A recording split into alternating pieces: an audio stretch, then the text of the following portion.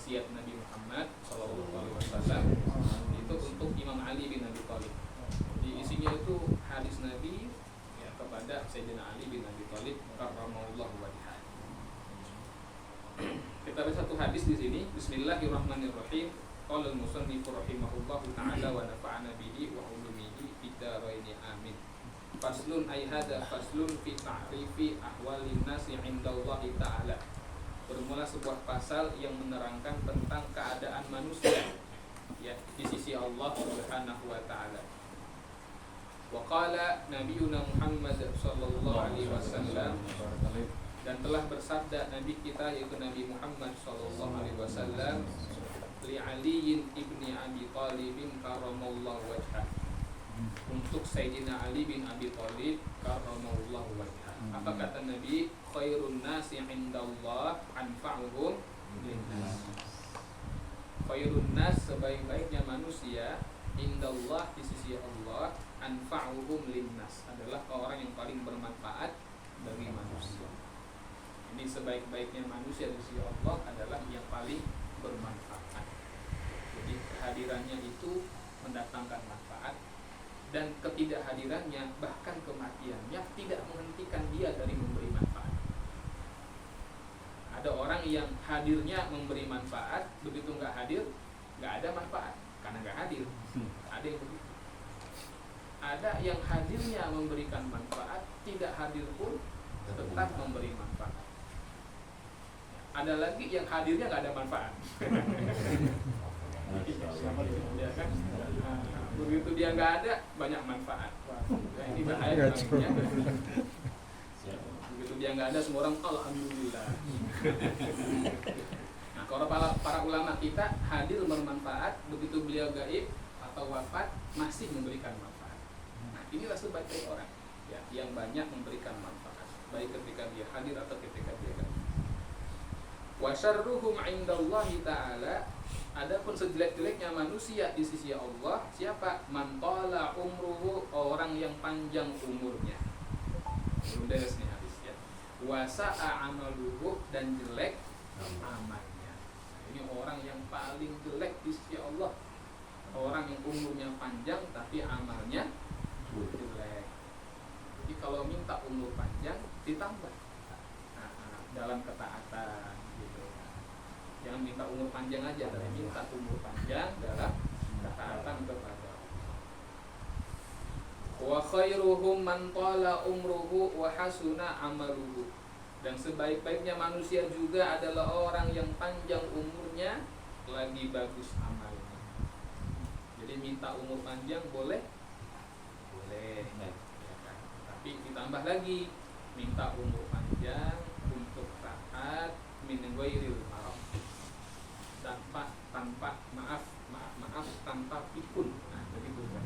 Jadi minta, karena Nabi kita berlindung kepada Allah dari kepikunan. Jadi minta supaya apa? Umurnya panjang, tetap bisa beramal yang baik. Wa abghadun nas, dan adapun orang yang paling Allah benci. Wa abghadun nasi ilallah, adapun orang yang paling Allah benci siapa? Man akala wahdahu, orang yang kalau makan sendirian. Ya kan? Makannya apa itu? Enggak, katanya. Awas ada Pak Harun.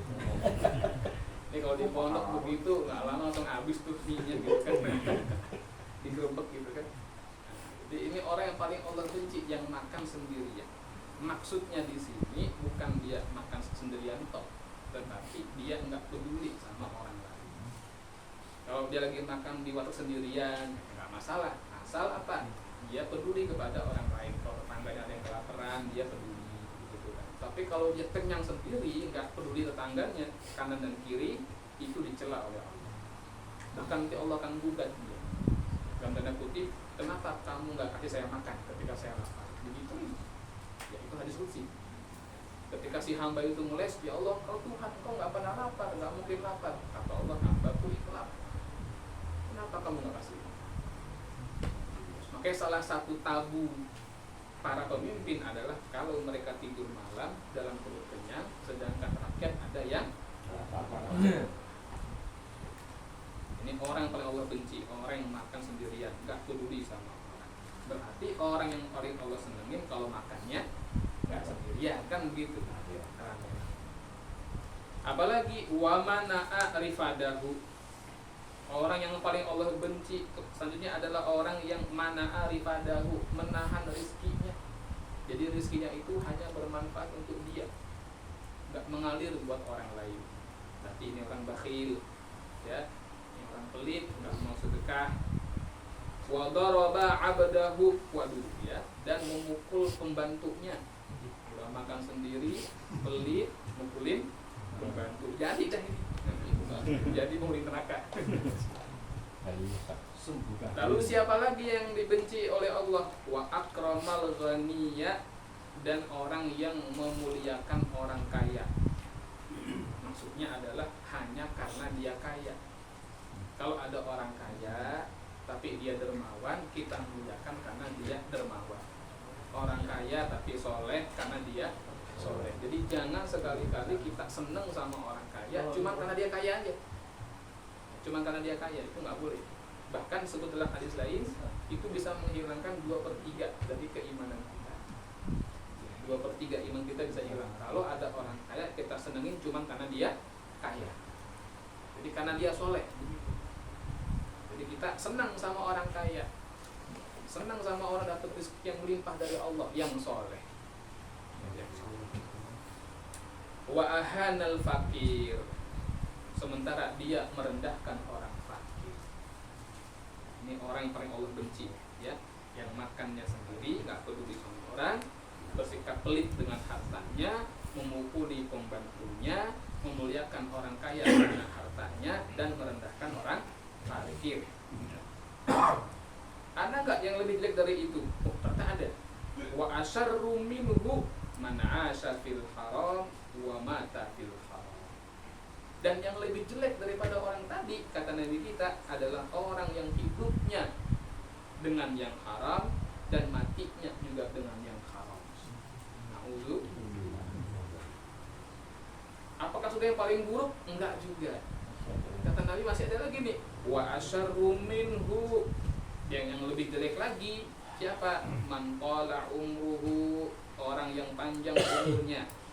Wa sa'a fi'luhu, dan jelek perbuatannya. Wala yatubu amma nahahu Allahu ta'ala anhu, dan dia tidak bertaubat kepada Allah. Panjang umurnya, jelek perbuatannya, tidak bertaubat kepada Allah. Wa huwa yatma'u fi maghfiratihi, tapi dia ngarep ampunannya Allah. Ini yang lebih jelek lagi nih. Panjang umur, jelek amal, tidak mau taubat, tapi ngarep kan hati Allah Maha Pengampun katanya. Itu yang lebih jelek. Apa sudah cukup? Enggak. Kata Nabi, wa asyarru minhu, dan yang lebih jelek lagi, man adhara as-shadaqata li akhil muslim wa yudbiru lahu khilafaha. Orang yang menampakkan persahabatannya kepada saudaranya yang muslim, tetapi di belakang memusuhinya. Ini orang bermuka dua, ya, munafik, ya, menampakkan persahabatan dengan seorang muslim, tetapi di belakang dia musuh. Ini musuh dalam selimut. Kerjaannya apa? Membunting di dalam lipatan. Di masyarakat dia memancing di air, bukan di kolam, bukan. Ini orang munafik ini, ya. Apakah cukup? Wah, masih ada lagi kata Nabi. Wa asyarru, ini yang terakhir nih, terakhir. Wa asyarru minhu, ini udah yang paling jelek nih, ya. Jangan sampai naudzubillah. Ini yang lebih buruk lagi kata Nabi, man zahaba awwala umrihi ghaflatun wa akhiruhu kaslun an ta'atillahi ta'ala. Orang yang Allah berikan umur, ya kan? Bagian pertama umurnya dia habiskan dengan kesia-siaan, sementara ujungnya dia isi dengan kemalasan dan taat kepada Allah. Alhamdulillah, subhanallah, ini wasiat Nabi kepada Sayyidina Ali bin Abi Thalib. Yang kalau kita simpulkan ada beberapa hal yang bisa kita ambil. Yang pertama adalah jadilah orang yang bermanfaat, ya. Kalau kita nggak bisa memberi manfaat, jadilah orang yang menjadi fasilitator, ya, lahirnya manfaat. Kalau kita nggak bisa ngasih ilmu, jadilah jalan untuk itu. Jadilah saya sering mengatakan, bahkan karena kalau dalam ceramah-ceramah itu selain ustadz pahala yang besar, ya ada panitia dan lain-lain, termasuk yang tukang ngecek sound, yang tukang bagiin air minum, yang tukang bersih-bersih, yang tukang dekor, itu semua terlibat pahalanya ya, dalam kebaikan tersebut. Jadi jadilah orang bermanfaat. Kalau nggak bisa, jadilah bagian ya, dari orang yang memberikan manfaat. Yang kedua, umur. Tentang umur. Umur ini nggak ada urutan meninggalnya. Yang lahirnya duluan, meninggal duluan, belum tentu juga, gitu kan. Yang lahir belakangan, mati belakangan, belum tentu juga. Jadi nggak ada urutannya, sehingga kita manfaatkan, kita isi dengan taat kepada Allah Subhanahu wa Ta'ala.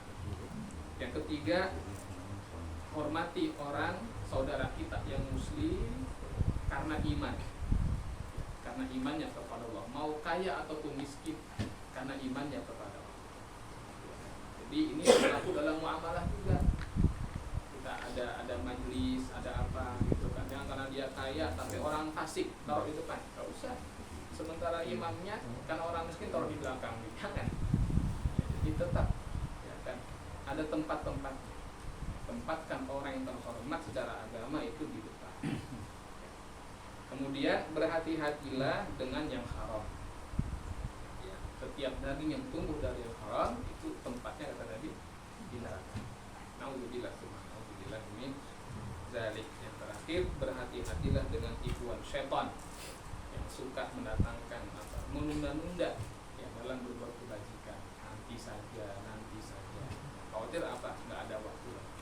Ya, nauzubillah min zalik. Itu satu hadis ya dari wasiat Nabi kepada Imam Ali bin Abi Thalib karramallahu wajhah. Mudah-mudahan kita diberikan manfaat oleh Allah Subhanahu wa Ta'ala. Amin ya rabbal alamin. Saya kira itu ya, semoga ada manfaatnya. Ada pertanyaan? Ada.